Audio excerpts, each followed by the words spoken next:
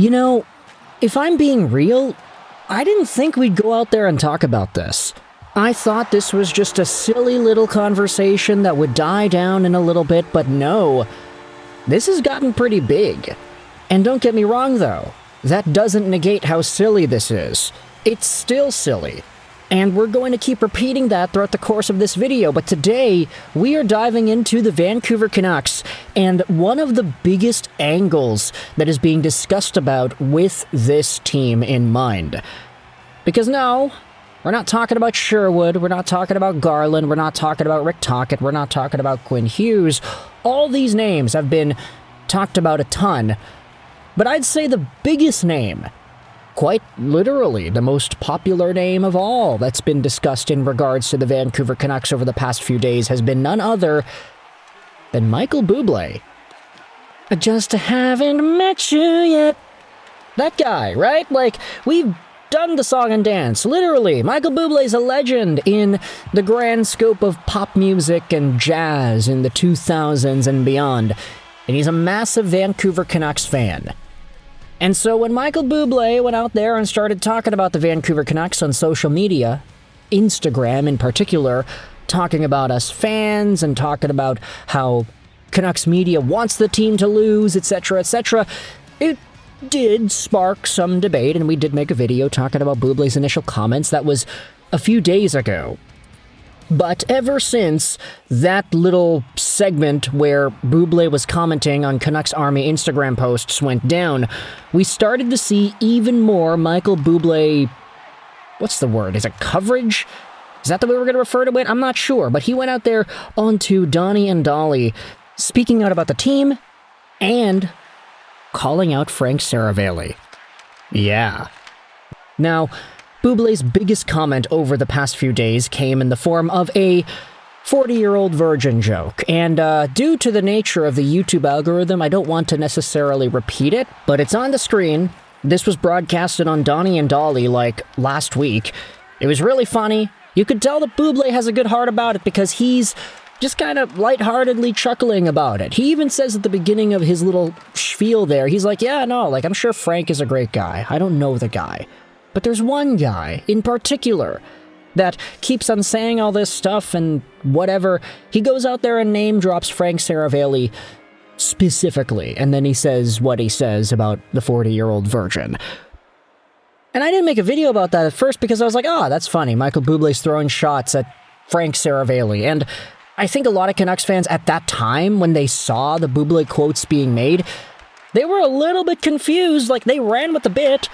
Hey, that's a really funny thing that Buble said about Frank Seravalli, but I think a lot of Canucks fans were like, wait a minute, Frank Seravalli hasn't really said anything that bad about Vancouver heading into Buble's hit. Maybe Seravalli said a bunch of stuff last year, but not so much this year, and it's cemented even more when you look at Seravalli's most recent hits on Halford and Brough and Canucks Central, where he goes out there and says that, yeah, like, Vancouver, maybe they're able to convince Quinn Hughes to stay, and, like, that was literally an angle he was talking about on the radio a few weeks before the Michael Buble thing went down.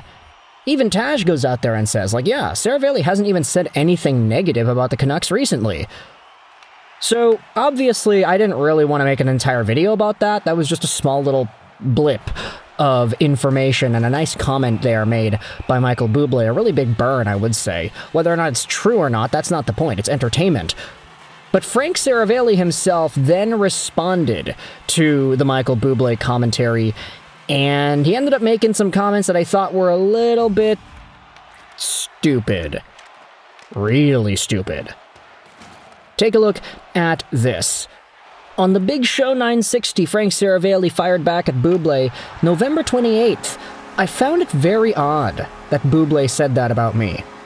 I guess in the end, I would expect nothing less of someone who has named one of his children after perhaps the NHL's most overpaid player. Oh my goodness, baby.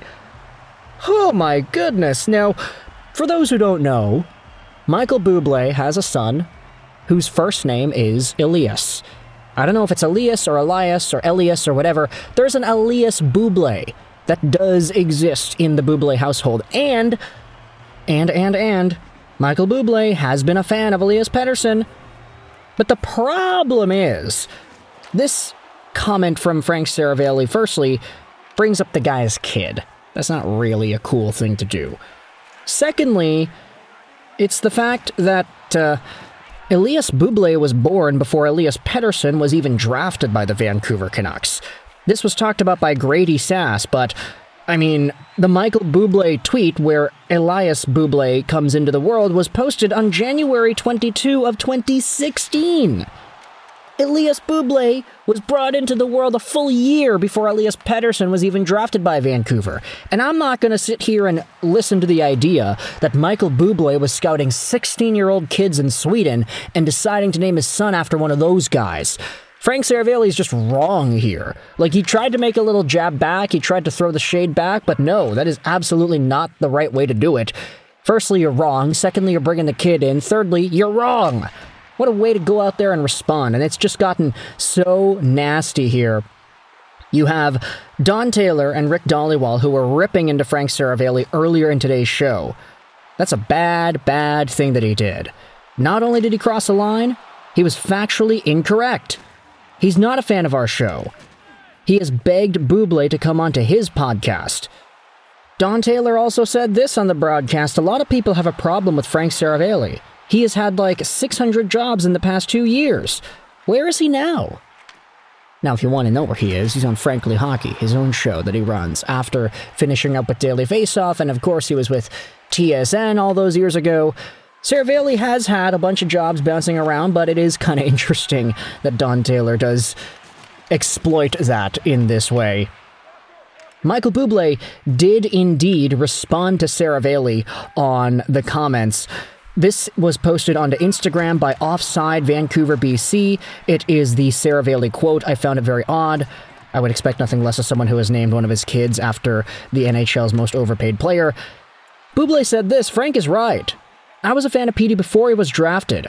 I used to watch him play when he was in Sweden. My grandpa and I loved his game. I was thrilled when the Canucks drafted him.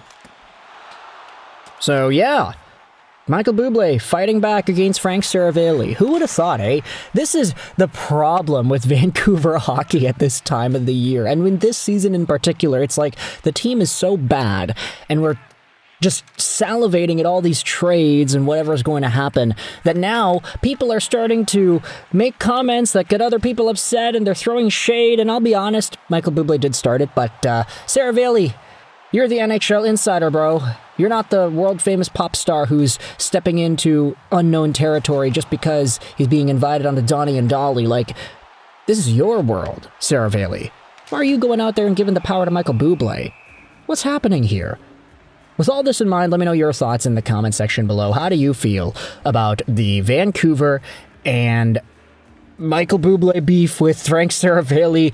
Is it a three-way beef thing going on here? Is all of Vancouver siding with Buble?